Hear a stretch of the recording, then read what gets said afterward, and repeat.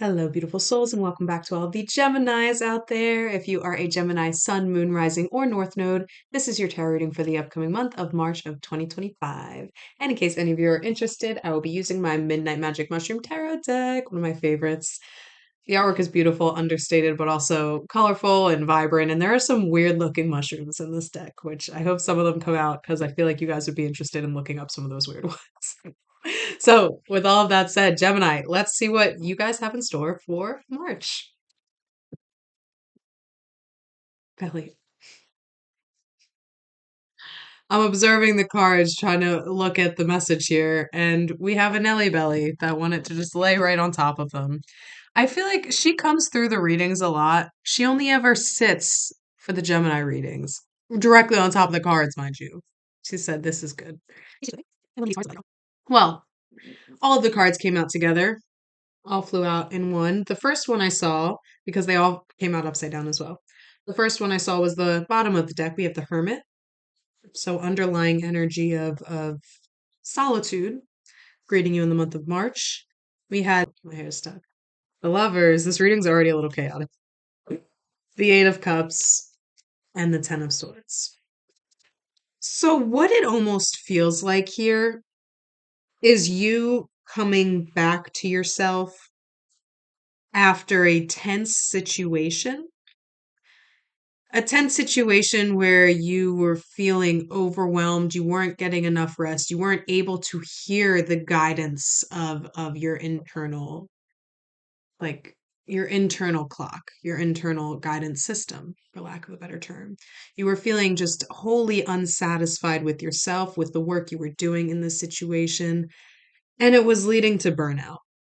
It was leading to burnout. And I think there was part of you that wanted to see this thing through, whatever this thing is for you. There was part of you that really wanted to make it work. And so you stayed in it for a while, but you just recognized that it was completely unsustainable. And I say this with the Page of Pentacles, Four of Swords, and Nine of Wands all reversed. It's when upright, those are very beneficial cards. When reversed, it's like, I'm not taking care of myself the way I need to. I'm trying to force something rather than flow. I'm not listening, or I am unable to listen to what is actually right for me in this case. And again, I'm just not feeling satisfied with the work I'm even doing here. So I'm pushing forth. I'm trying to shove into the square hole. If you know that video, I love it. You are trying to force your circular like peg into the diamond hole, for example, or the diamond peg into the square hole. Although I think it might fit depending on what kind of diamond it is. But you're just recognizing as bad, and this might be something you wanted to work out. Logically, you were like, when this opportunity first presented itself, whether it was for a job or relationship, just a chance for travel, whatever it is, it seemed on the surface like something that was it, you know? I have cat hair on my mouth now. Something that was the next big thing for you, you know? Oh, this is going to lead me to the next part. Or if it's a job, you're like, oh, this is my career. Like, this is where I see myself going forward for a long time. And you found out quickly. And I say quickly because you learned quickly that it's unsustainable, but you might not have taken the action to take yourself out of that situation. You did recognize quickly that everything was not as it seemed. And unfortunately, despite how badly you wanted it to be, you're just like, eventually you learn that, like, I'm burnt out. I'm not satisfied with the work I'm doing. I'm unfulfilled here. And so am I just going to keep it going and hope that there will be some corner that's turned down the line, or do I just, call it a loss and try to go back? And that's the thing, you're not going back. You're calling it a loss, or you're calling it like whatever it is, and you're leaving it where it lies. I don't like to say calling it a loss. I don't think there's ever any true losses in life. Everything that we go through, we're either learning or growing. Confirmation hiccup there. Everything we go through, we're either learning or growing. And this in itself represented a learning lesson for you in some capacity, where you were like, okay, well, it is what it is. Now what? Now what? But in this now what, you're recognizing that you are very, very, very burnt out. from whatever the situation represented. It drained you. It drained you because you were putting forth extraneous energy to try to make it work. And that's part of the reason it wasn't sustainable, was because you were just like, "Whoa," like going balls to the wall, full fledged, full force, like trying to make it work, trying to put the round peg into the square hole. God, I need to watch that video again. It's so funny to me. Regardless, you, in the month of March, whether you have already decided to call it quits and come back to yourself, or the month of March is going to be when you start to emerge back to yourself, you're going to need rest. Luckily, it's the end of this cycle. So, with the Ten of Swords, it was a challenging cycle. You put a lot of mental energy. You put a lot of again, just like the strenuous, like force, like grunt work into it. And when I say grunt work, it's not necessarily physical, because mental grunt work is just as taxing as physical grunt work. So, and with swords, again, swords is air. It's the mental suit of the tarot. So it could have been more mental work. And I think even if you were doing physical labor in whatever this thing was, your mind also had to be like, get your head in the fucking game, because your mind needed to be stronger than the body to allow you to put forth this extraneous energy to get it done. But you're burnt out. But luckily, again, Ten of Swords represents not only the burnt out aspect, but the dawning of the dawn, the coming of the dawn, whatever you would say there. And this cycle is ending. This cycle of trying to force, of maybe doing a lot of work for not a lot of money. Why are all of these internet references coming into my mind? That's the banana bread at work one. That's like the fourth one already, and we're only 6 minutes in. Gemini's. It's so Gemini energy. I love it. Um, But maybe you were doing so much to try to make something work, and you weren't getting properly compensated, whether that is financially or just return in energy, return in investment. If it's a relationship, just a return in like a mutual thing there. Um, you're burnt out, but that's good, because now in this hermit energy, with the hermit energy, you coming back to yourself, you might be experiencing a wave of solitude in the month of March, but it's really just so you can regain your energy, recalibrate back to your own alignment, and move forward. I think part of the reason you went after this opportunity in the first place was because logically it made sense. Like on paper, oh my God, it was everything you wanted, everything you needed. But maybe there was something in your gut that was like, but like, I'm not too sure about that. But in your head, you're like, I can't pass this up, because logically, on paper, this makes sense. This is everything I think I want. Although back then you said this is everything I want, but really it's everything you thought you wanted. And that's why it didn't work out the way you thought it was going to, because it was never truly aligned to you. And so I think in the month of March, as you go into this like hermit mode, as you come back to yourself, as you find the sense of love, you recognize you have a choice in the matter moving forward, the choice to only rely on the logical side of things.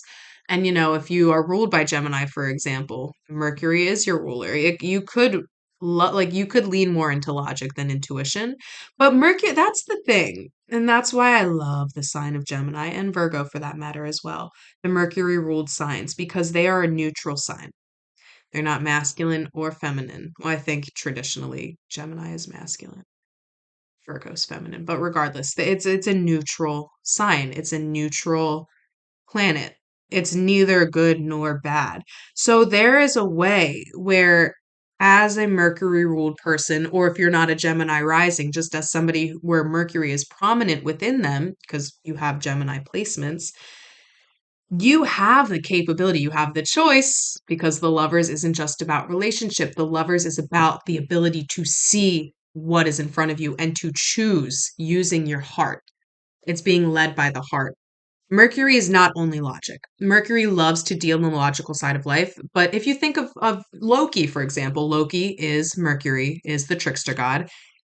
Sometimes he just does things because he wants to be entertained, and he relies on his gut to trust that, if I do this thing and mess up somebody else's life just for my own entertainment, I'm still going to come out unscathed. I'll be fine. And even if you follow Norse mythology at all, towards the end, when Loki eventually meets his demise, he knows it's coming. He knows it's coming like 5 stories ahead. And if you don't know Norse mythology and just want to listen or read a great book, Norse Mythology by Neil Gaiman. I listened to that one on Libby. Oh no, I think I have it on Audible before I went to Libby. It's so good. The book, if you like to read rather than listen, I highly recommend it. It's entertaining. And Neil Gaiman narrates it on Libby. So if you are interested in that, definitely recommend. Um, enough on that side tangent, but The Lovers is about choice. And so you have the choice moving forward. And I think you needed this situation here not turning out the way you thought it was going to turn out, because now you know how to weigh your logic with your gut. And you probably remember just before you said yes to whatever this situation represents in your life. Just before you said yes, you remember that gut feeling being like, what? Wait. And so you're going to use this time, this solitude where you're coming back to yourself, 1010. You're going to use this time when you're coming back to yourself to really start to amplify the feeling or the voice or the knowing, or however your gut speaks to you. You are going to be able to identify that now and not lean so heavily on the logical things. Even if something makes total sense, if it's perfection on paper, if your gut is still unsure about it, it's a no. It's a no. Or if anything, a no for now. Anything that doesn't feel like oh my God, like your body can feel when it's a yes. If it doesn't feel like excitement, if it doesn't feel like you're literally being drawn to it from your gut, it's a no. And sometimes it's a no for now. That doesn't mean it's a no forever. But in that moment, if you are not 1,000,000% wholeheartedly, that phrase really means something. Wholeheartedly, I have chills. In the yes, then it's a no. And I think that's again what this situation represented for you. The ability to recognize how you went against your gut, the ability to understand how your gut speaks to you, and again, it's different for every person, and the ability to listen to your gut. Despite logically, if something makes total sense logically and there's that small voice that's like, nah, but listen to the small voice. You don't need to know why. You don't need to understand why things or how things would play out if you did follow this. Only the logical side, that is. You don't need to understand the why. You just need to trust. You just need to trust. And that's what March is going to represent for you. That's what March is going to represent for you. And with the Eight of Cups, this is just saying that, like, and I think this does represent this situation as a whole where you made the choice. Again, it was your choice to leave because you recognized it's unsustainable. And again, even if we're not even thinking about the amount of energy or work that you had to put into this situation, career, relationship, etc., fill in the blank for you, whatever this thing was, even though you were burnt out, even though you felt like you were overworked and underpaid, even though you weren't getting reciprocal energy back in whatever avenue that you expected it, there was still part of you that felt like you could still do this thing. Because if it is a job, for example, you were getting paid well, but you still felt that the amount of energy you're putting in wasn't equitable. I don't think that's the word I want. But you still felt that it was like, although the pay, I'm going to be extreme here, you got paid $400,000 a month. I said extreme. But the energy and effort you were putting into it, you should have been getting paid $750,000 a month. So logically, yes, it makes sense to stay here and deal with the burnout and use your weekends to rest and, just find the time to come back to yourself. You could have stayed, but you made the choice and you recognize that, yes, it's fine here, even though I am being overworked, even though my energy is like, ugh, like so drained. You could have stayed there and you would have been fine in the long run. Not necessarily fulfilled, but like physically, stability wise, financially, maybe you would have been okay and you would have lived a life that is fine for you. But with the Eight of Cups, it's about recognizing that you don't want to settle for fine and you are willing to make the difficult trek away from this thing up to the very, very, very, very tip of the mountain So you can see the higher ground. You can see under the full moonlight, and it was the full moon yesterday too, so that's good. You can see under the full moonlight at the potential of what can be from there. You have higher vantage point, higher ground, and now you have the wisdom not only from the situation that you left, but from the trek going up. You have an abundance of wisdom that you are now carrying with you to that you brought to the top of that mountain to then start anew. So if you think about it, just in terms of Eight of Cups symbolism. This situation was a little cute little cottage right next to the water, you know, really good access to fishing, great neighborhood, but all it takes is one tsunami and you're wiped out. You make the trek up to the top of the hill, you build a similar cottage. There's nobody up there, there's no neighborhood yet, but you can start it. You can begin, you can build your house and then build a little business. And then people will start to come up to the top of the hill and be like, wow, it's a great view up here. I'm going to make that trek to the top of the hill, build a house here. And then you're essentially becoming the what's that word I want? Like catalyst, but there's a specific word. Like you like the ringleader, but that's not right either.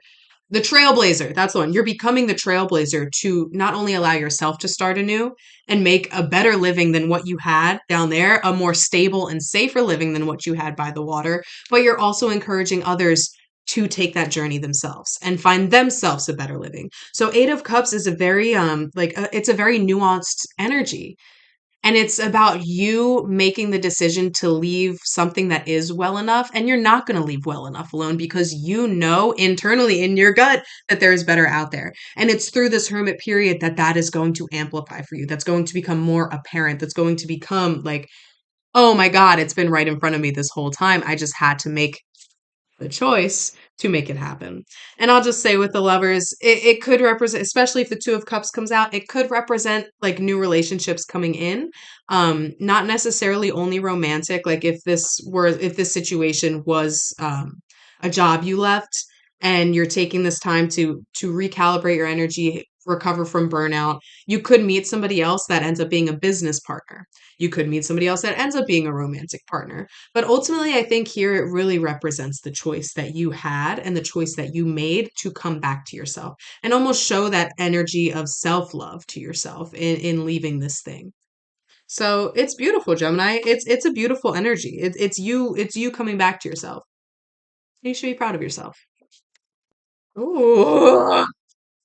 Before I keep shuffling, the world fell right out. Fell right out. Oh, that's brilliant. Hmm. Interesting. Ha! Ha ha! Ha! Another 10. So, bottom of the deck, we have the 10 of Pentacles. And what's interesting is the Ace of Swords and the Empress falling out reversed together. They fell together. So, we have a lot of energy of cycles ending, the 10 of Swords, the 10 of Pentacles, and the World.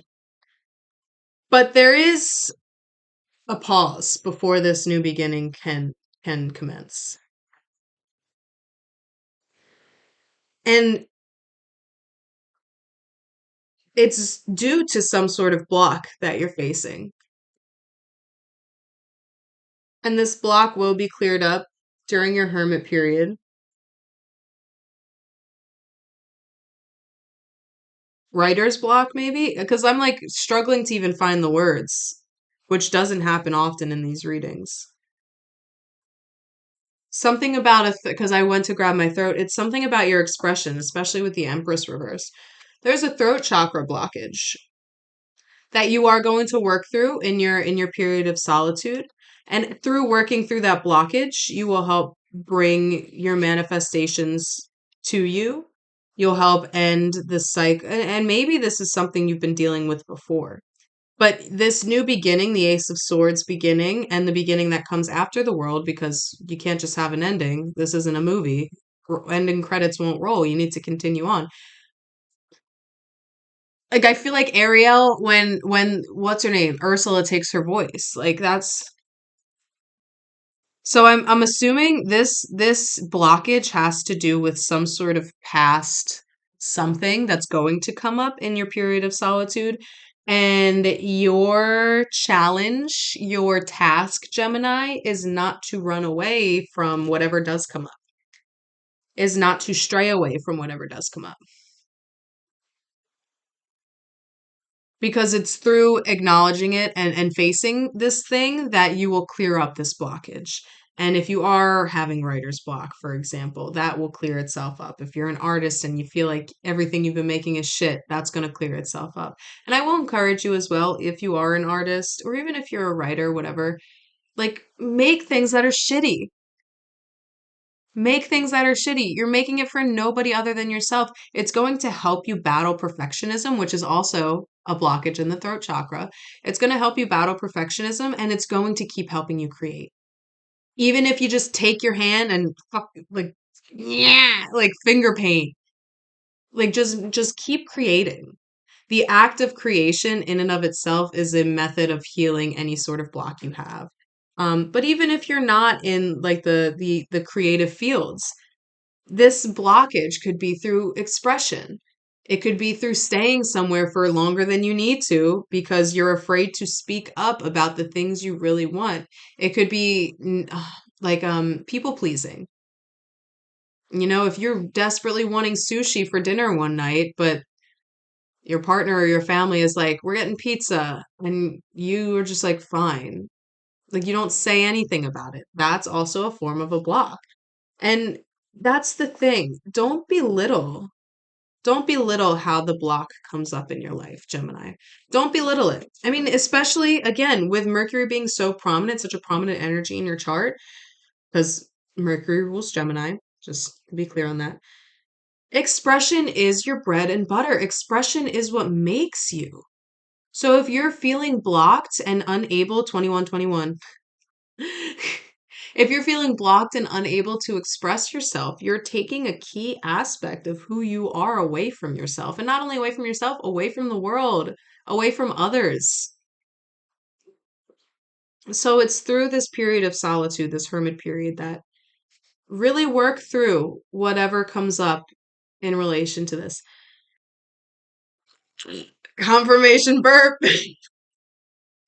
Telling you this energy is like, the energy isn't chaotic, but I feel like the reading has been a little chaotic. Um, But ultimately, what's on the other side of this, and you not shying away from feeling and experiencing what is dredged up as you work through whatever this blockage is. It could be a fear.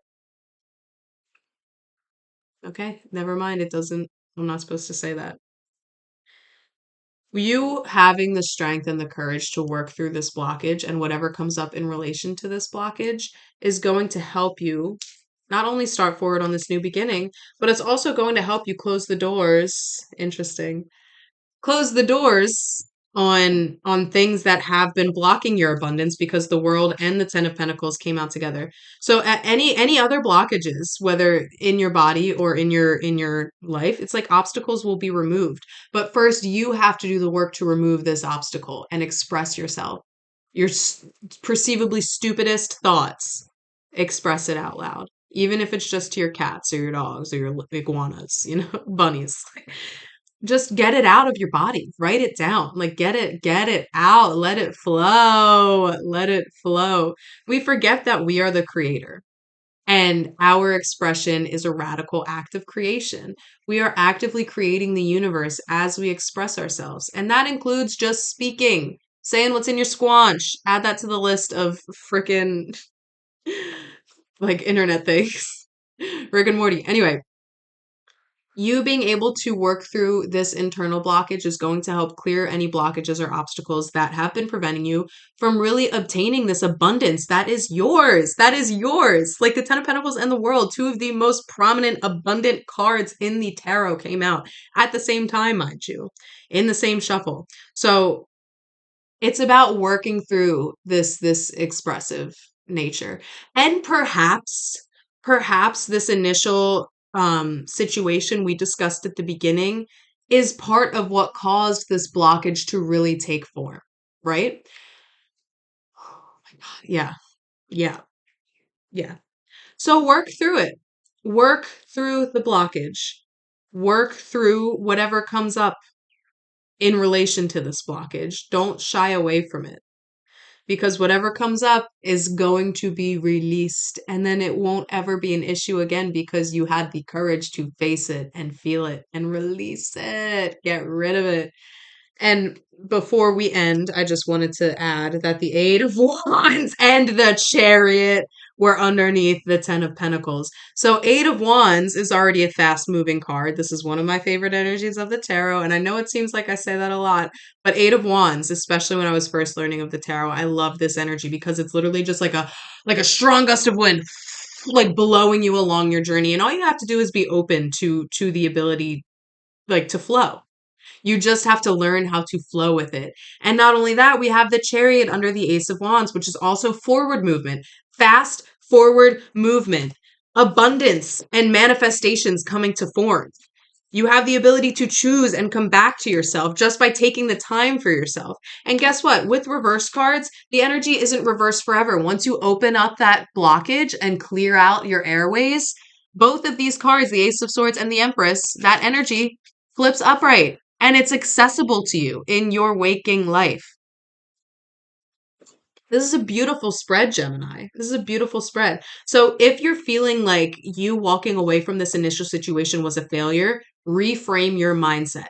Reframe your mindset because you needed the situation to learn how to listen to your gut instincts. So in the future, you're not relying too heavily on logic, on what seems perfect, but your gut saying no. You're listening to your gut to guide you forward. And through listening to your gut, you will go into the solitude. You will dredge out anything that's like still lingering that doesn't need to be there any longer. You're clearing blockages to make room for the obstacles to clear themselves, for the manifestations, for the abundance to come to you, for your creative side, your creative fertility, your creative abundance to flow, for new beginnings to happen, to move forward quickly and efficiently in the flow. Gemini, this is beautiful. This is absolutely beautiful. But with all of that said, this was a general reading, so it's possible not everything resonated. And if that is the case, you can book with me for a personal tarot reading at my website, linked in the description below. You can book for tarot, astrology, human design, and numerology has finally went live. That is officially on the website now. If you're interested in that, check it out. If you did like this reading, leave me a like and leave me a comment and let me know how it resonated. I'm also looking for comments on other videos you'd like to see from me in the future. So if you want to just type that out, any of the subjects I just mentioned, I really like dream lore. If you're just interested in spiritual topics, I would love to do more research on what you're interested in and provide some knowledge on that. So let me know what you're interested in seeing. And of course, we do this every single month for all of the signs. So if you are interested in getting your forecast for the month ahead, according to the cards, go ahead and subscribe to my channel. I would love to have you guys here in the future. And Gemini, there's not much else I can say here. It's just trust that everywhere you've been and everywhere you're going, you're either learning or growing. Trust that this period of solitude you are coming towards, it doesn't have to be extended. It could literally be just a weekend of you doing nothing except being in your own energy. Um, just trust that this period of solitude is going to bring you exactly where you need to be. That everywhere you've been up until this point has brought you exactly where you need to be. You're either learning or you're growing all of the time. And I love that for you guys. Woo! I can't wait to see where this brings you in the future. New beginnings, manifestations coming to form. I'm so excited for you guys. This is so long. Anyway, I love you, Geminis. Stay groovy. Love you guys.